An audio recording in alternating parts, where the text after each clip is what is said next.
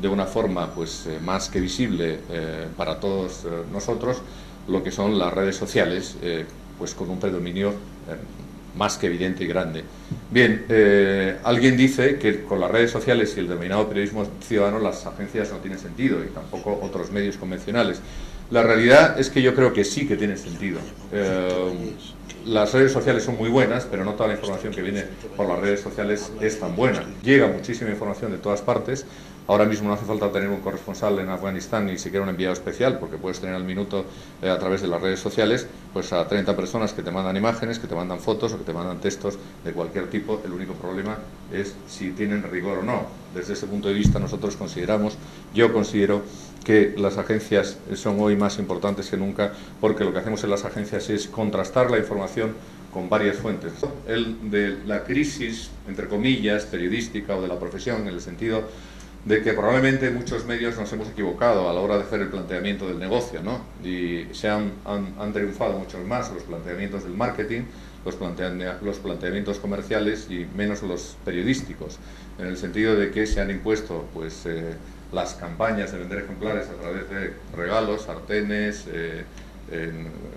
vajillas y todo tipo de cosas que cuando uno va al kiosco le sueltan, y que sin embargo no han servido para mejorar en realidad la difusión de los periódicos, porque aunque se piensa o llegamos a pensar, yo llego a pensar que el periódico de papel realmente no va a desaparecer nunca, pero ciertamente vamos a una situación en la que el periódico de papel va a tener una circulación más reducida, probablemente sean más breves en número de páginas y más caros, y además con una circulación mucho menor, porque el resto el resto de la circulación se producirá a través de Internet.